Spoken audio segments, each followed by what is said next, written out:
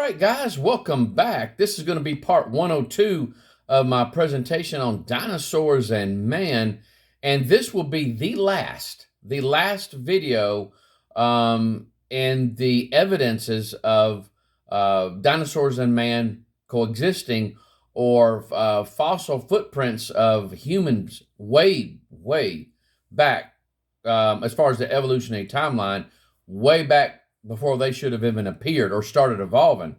And this one here, we're going to look at a couple footprints. One of them I'm going to actually show you a picture of. The other one, I'm just going to talk about it. But it came from this book. Both of these come from this book right here, The Hidden History of the Human Race. The Hidden History of the Human Race. And it is has to do with forbidden archaeology. It's by Michael A. Cremo and Richard L. Thompson. Guys, this is a very, very good book. Just remember that. Look at this book right here. If you really want something that are just make your jaw drop on some of the things that's been found, you definitely want to get this book. And so another prized possession of mine. And I will say this, though. Don't get this book thinking that Michael Cremo was a creationist or even a Christian. He is not. He is not. He still holds on to the old ages, believe it or not. And if I remember correctly, he's also a Hindu. So he's into that Hindu religion. I've actually seen a video presentation by him where he talks about that. And so he's really into that. So don't get this book, guys, thinking that this is some creation or Christian book. It is not. But it's a secular book that is very good reference material. Like I said, great research has been done in this, but they come to the wrong conclusion. And so just to give you a little background on that, that's where I'm getting my material for what I'm about to show you. Now, if you look on the screen here, it's called Mystery of the Petrified Shoe Sole, 5 million years old. 5 million years old. Now, this is from, they got their information from an article from the New York Sunday American back in October 8th, 1992. Some time ago, while he was prospecting for fossils in Nevada, John T. Reed, a distinguished mining engineer and geologist, stopped suddenly and looked down in utter bewilderment and amazement at a rock near his feet, for there, a part of the rock itself was what seemed to be a human footprint. Closer inspection showed that it was not a mark of a naked foot, but was apparently a shoe sole, which had been turned to stone. The forepart was missing, but there was the outline of at least 2/3 of it. And around this outline ran a well-defined sewn thread, which had, it appeared, attached the welt to the sole. Further on was another line of sewing, and in the center, where the foot would have rested had an object been really a shoe sole, there was an indentation exactly such as would have been made by the bone of the heel rubbing upon and wearing down the material of which the sole had been made. Thus was found a fossil which is the foremost mystery of science today, for the rock in which it was found is at least 5 million years old. Now, this is a picture of that rock. You've got the heel wear. If you notice right there in the center, you got the heel wear, that little circle there. And then I've got another thing pointing to the welt. Now I'm going to show you because I'm going to tell you right now, guys, when I started looking into this, I was like, okay, what is the welt of a shoe? I didn't know, but I'm going to show you guys what the welt of a shoe is. But that right there is the picture of its impression, and we're going to look at some details on this. Now, this is a picture of a shoe sideways, and if you'll notice to the far right, that red dot, that is like the little edge, the little edging that goes all the way around the shoe there. That is the welt. It's just the top little edge there that just comes out from where the toe is. And it goes all the way around. That's the welt, W-E-L-T. I got a red dot on it. Now, this right here, if you'll notice, we're talking about heel wear. What do we talk about heel wear? Well, notice the top right-hand picture. That is of a tennis shoe.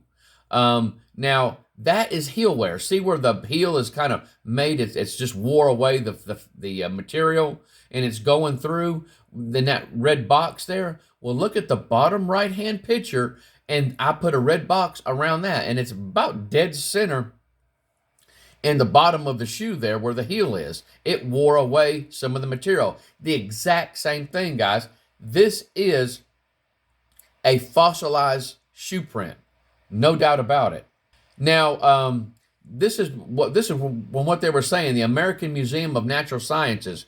It was the most remarkable natural imitation of an artificial object they have ever seen. Boy, talk about putting your head in the sand. That's what they said. It was the most remarkable natural imitation of an artificial object they had ever seen. Come on now. You've got to be kidding me. They said Dr. W.D. Matthew wrote a report admitting that even though all appearances of a shoe was present, including the threads with which it had been sewn, it was only a freak of nature. Oh my goodness. John T. Reed, he was the discoverer. He said, I next got a hold of a microphotographer and an analytical chemist of the Rockefeller Institute, who, on the outside, so as not to make it an institute matter, made photos and analysis of the specimen. The analysis removed any doubt of the shoe having been subjected to Triassic fossilization. The microphoto magnifications are 20 times larger than the specimen itself, showing the minutest detail of the thread twist and warp, proving conclusively that the shoe sole is not a resemblance, but is strictly the handiwork of man. It goes on to say, even to the naked eye, the threads can be seen distinctly, and the definitely symmetrical outlines of the shoe sole. Inside this rim and running parallel to it is a line which appears to be regularly perforated as if for stitches. I may add that at least 2 geologists whose names will develop someday have admitted that the shoe sole is valid, a genuine fossilization in Triassic rocks. Now, I put a little note there on the bottom. It says, the report that Dr. W.D. Matthew wrote is no longer in the files at the American Museum of Natural History. And that's per Dr. Matthew. And so, what's up with that? Now, I thought it was interesting that they said the shoe sole was about 5 million years old, and they said it was formed it was in Triassic rocks, because that's the Triassic rock layer is way older than 5 million years. It's actually 252 to 201 to 252 million years ago is that time period. So I'm not sure where they got that 5 million years at, but it doesn't matter. It's way older than what humans are supposed to be there, and it says it was in Triassic, and so at least we have something that I can give you a better numbers for. And so, but again, guys, there's no way it should be there. I mean, at the end of the Triassic period is when dinosaurs, by evolutionary terms, it began to come on the scene. So we're talking about a shoe print that very well could have been, in evolutionary terms here, but I'm using their terms, that's been almost before the dinosaurs. Now, again, heel wear, they talked about the welt. You see that welt? I got the arrows pointing to. And that stitching. Notice the stitching, guys. Just you can see that line of stitching that goes right on the bottom there. It goes from where I got the arrow pointing where it says stitching, and it goes all the way to the left, even past that arrow that says whelp. That is a very, very detailed fossil footprint, very detailed. And so this is with no wording. You're just looking at the shoe. And let's go to the wording so you can see everything. Let's go back to not just the picture itself. That is a picture of a shoe print, guys. During the beginning of the Upper Carboniferous Coal Age period, creatures that walked on their two hind legs and had human-like feet left tracks on a sand beach in Rockcastle County, Kentucky. This was a period known as the Age of Amphibians, when animals moved about on four legs or moved rarely or more rarely hopped, and their feet did not have a human appearance. But in Rockcastle, Jackson, and several other counties in Kentucky, as well as in places from Pennsylvania to Missouri, inclusive creatures that had feet strangely human in appearance and that walked on two hind legs did exist. The writer has proved the existence of these creatures in Kentucky. With the cooperation of Dr. C.W. Gilmore, curator of vertebrate paleontology, Smithsonian Institution, it has been shown that similar creatures lived in Pennsylvania and Missouri. Now, that time period we're looking at is about right here, which is 299 to 359 million years ago. Again, guys, way before dinosaurs, by using evolutionary terms, way before dinosaurs even appeared on the scene. Each footprint has 5 toes and a distinct arch. The toes are spread apart like those of a human being who has never worn shoes. The foot curves back like a human foot to a human appearing heel. If man or even his ape ancestor or even that ape ancestor's early mammalian ancestor existed as far back as the Carboniferous period in any shape, then the whole science of geology is so completely wrong that all the geologists will resign their jobs and take up truck driving. Hence, for the present, at least science rejects the attractive explanation that man made these mysterious prints in the mud of the Carboniferous period with his feet. This is geologist Albert G. Ingalls writing in 1940 Scientific American.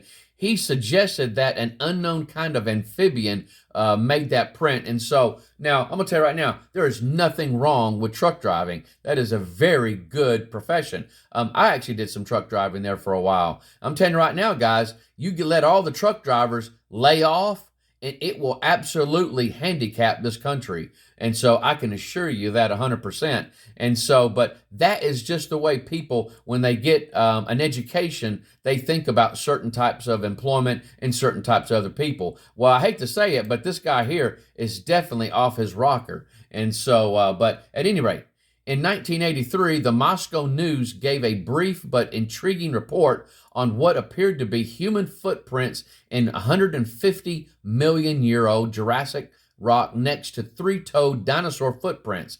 The discovery occurred in the Turkmen Republic in what was then the southeastern USSR. Professor, I'm going to say that's Amaniyazov, corresponding member of the Turkmen SSR Academy of Sciences, said that although the print resembled a human footprint, there was no conclusive proof that it was made by a human being.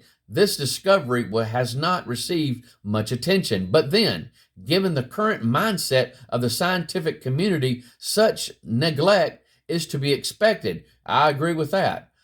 We only know of a few cases of such extremely anonymous discoveries, but considering that many such discoveries probably go unreported, we wonder how many there actually might be. And again, I also agree with that. Okay, guys, we're going to stop right there. This is the last video of pointing out evidences like this. The next video, I'm going to give you some helps that you can go to further your knowledge if you want to add some more of this into your library, whether you believe it or not. Whether you believe it or not. Guys, I believe I have done just about everything I can, and yet I'm going to show some more things after the next video, and we're going to let Ian Juby show his evidences that he's got, which is amazing, absolutely amazing, guys. You need to watch every one of those. And then I'm going to show you some eyewitness testimonies. I'm going to just upload them, and you guys are going to see that also. Watch every one of them. And I'm going to tell you right now, I have went through, I'm looking at my notes here. By the time I'm done, I would have had 25 of just my videos, going over this material. And so for somebody to say that they don't understand or they can't see something, they're really not looking, or they really don't want to know. And so, and that's not even including the other videos that I'm going to be sharing. And so you will have everything at your disposal. And so, but at any rate, all I can do is present it. You either believe it or not. You know, I think the evidence speaks quite clearly. And so, but you guys take care. I love you, and we'll see you next time. Bye-bye.